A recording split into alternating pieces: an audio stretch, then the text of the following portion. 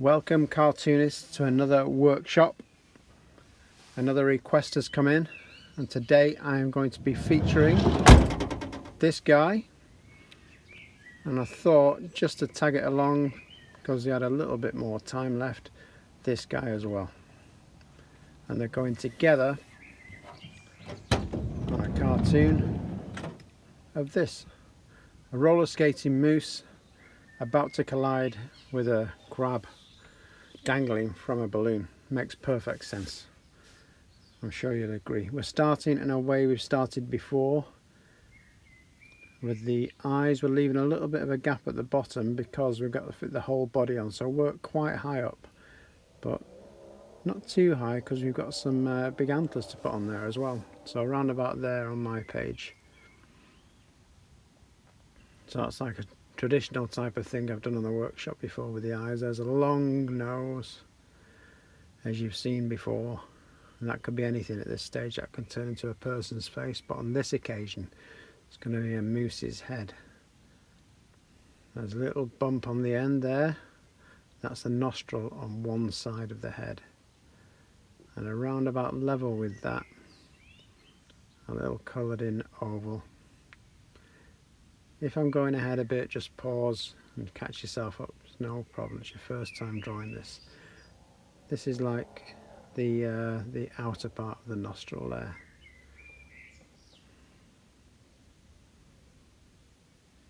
Now the shape of the mouth is going to come down, up, and like a W shape really. It's like a W shape. Joining those two nostrils up is like a W shape.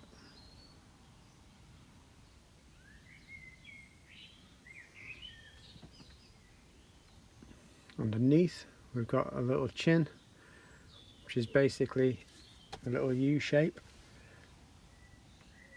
If you've got anything like this, it's gonna work.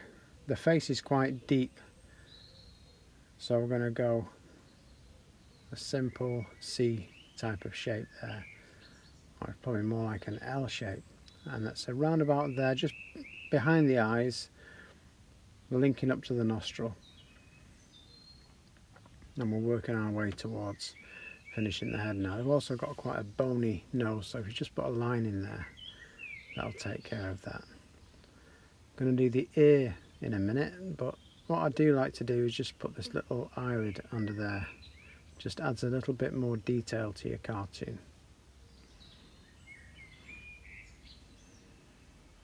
So there we go. The ear is like a long C shape, slightly pointy C shape. You can see a bit of it on the other side as well, not as big because it's hidden by the face, that part. And you can just do a little line inside there to show that's the inside of the ear.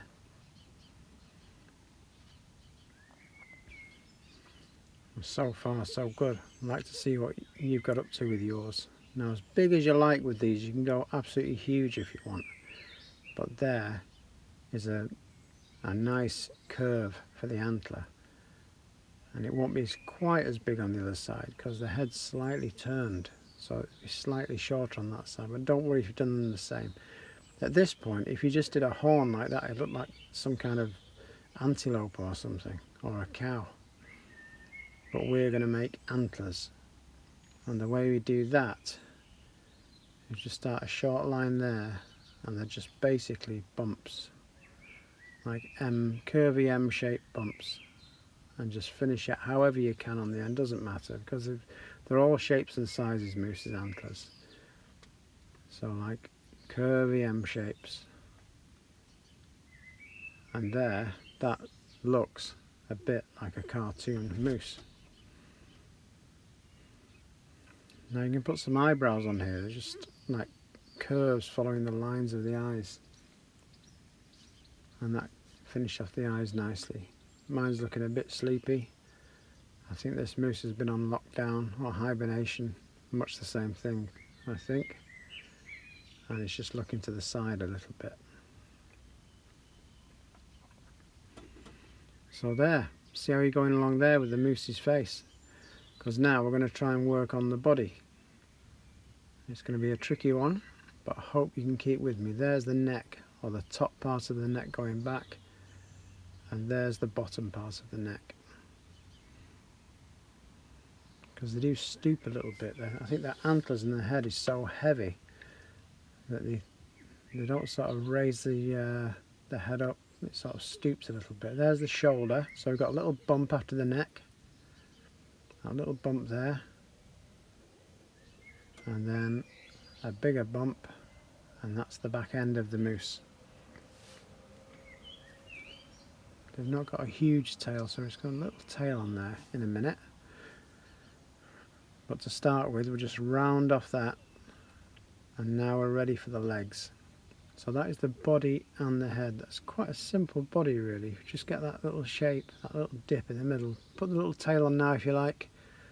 Little pointy tail. So now we're going to work on the legs. There's the back hip. And that goes down to like a little elbow at the back there. Just following these lines down. Straight lines coming down for the bottom part of the leg. So that's like a little curve there, the elbow bit and the hip.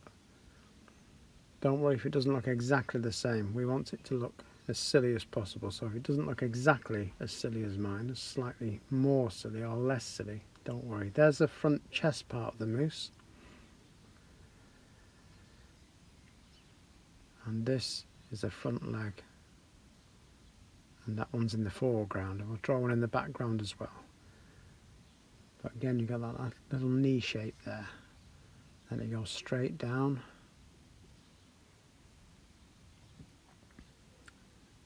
Being as it's going to be roller skating, it's trying to keep its balance a little bit, so those legs are nice and straight. I think it's maybe its second or third time on roller skates, I'm not sure. It's kind of got the hang of it. It's on its feet or on its hoofs, so that's good.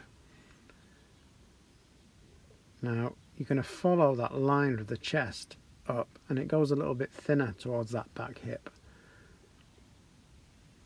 because its chest seems to be bigger than its tummy area. And there's its back leg on the other side, mostly hidden by the body. Now if you've got this far, if you've not, just pause it to catch up, but I'm just going to put these little curved lines under each leg. That was a bit of a mistake, don't worry about that. And then I'm going to curve it back up again like that. Just shade that bit in, then you can sort of see inside the top of the boot. It gives it a little bit of a 3D. Looks like it's stuck in the mud at the moment, like it's sunk. But that's another thing you can draw. You can leave it at that and be stuck in the mud, but we're going to have roller skates on there. So boots with roller skates on the bottom. So it's a square, a round and a flat bottom. I'll do it again here because they're all going to be the same. Straight, slightly shorter line, okay, and then a little dome and a flat line to join them up at the bottom. And it's the same on all of these. Just nice little cartoon stylized boots. Oh, flat bottom. It's a bit smaller, the one at the back, you'll notice, because it's in the distance. It's a little bit further away, so it will be a bit smaller. So the ones at the back slightly smaller than the ones at the front. Then we're just going to do these nice wheels, nice O shapes. That's all they are on the bottom of each boot. Don't worry if they overlap a little bit. Just, you don't have to draw a full circle if you've made them overlap a little bit. So each one has got a basic wheel. We'll put a little middle on the end of each one of those. Those like the bearings that they spin round on. And because it's slightly 3D, we'll put a curve next to it like that. That's the shape of the wheels slightly from the side. We're giving it that little 3D look.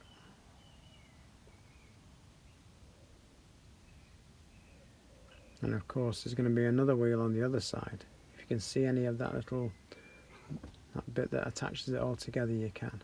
And it's just basically another little curved line behind it again, and that gives the impression that it's got 4 wheels on each boot, because they're not inline skates, these are old-fashioned roller skates. And as I had the shadows underneath, you'll notice this one at the end, the shadow is a little bit of a gap there. That's because one of the roller skates is off the ground, ready to push itself off to get a little bit more speed up. And there's the go faster stripes just whizzing along behind. That could be a bit of Velcro to strap it onto the hooves, because moose, they do like the roller boots on nice and tight. So because these are in the background, the first job for me is just shading these in first. I'm putting it more in the background, and it makes the bit you haven't coloured in fully or shaded in fully, those legs at the front just stand out more, and it makes them look more in the foreground, and the others in the background more. So that's why we shade those. We put them more in the background. Whatever colour you're going to draw that moose, whether it's pink, purple or traditional sort of browny colour, can blend in with whatever surroundings you're putting this moose into, whatever situation. I don't think there's many flat pavements or roads in its natural habitat, so maybe it's just sort of wandered out into the forest, strapped on a pair of roller boots and gone for a nice little skate around. And if it's going into town for a bit of shopping, of course these antlers are absolutely perfect for hanging your shopping bags on. So a little bit of shading, whichever colour you make this moose, just make sure you go a little bit heavier on the shading underneath. And I think there's a nice little gap there for something, which of course you know what it's going to be, but it's basically all circles. If you want to follow me on this, 2 circles next to each other. This is a nice easy way of drawing a crab. Oval shape underneath.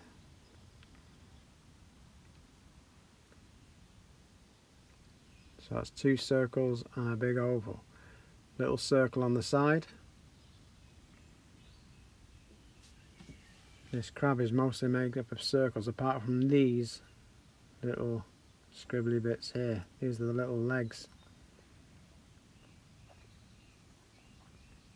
On the end of those circles, more ovals, one facing down and one going up. Kind of looks like a crab, but the main thing that makes it look like a crab now, apart from the mad staring eyes, is just a zigzag line right down the middle of that oval, and it looks like its claws are closed, snap shut.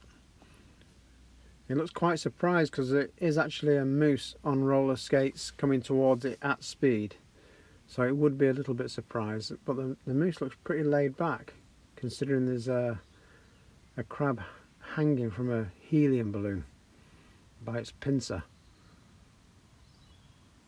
or its claw.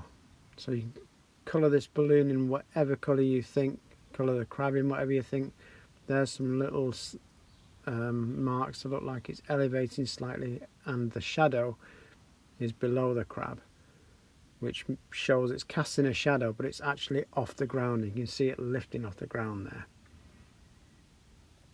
So there's our scene. Put whatever you want in the background. If you need anything in the background, just a little bit of shade on there. It'd be a nice pink crab or brown crab, whatever you think.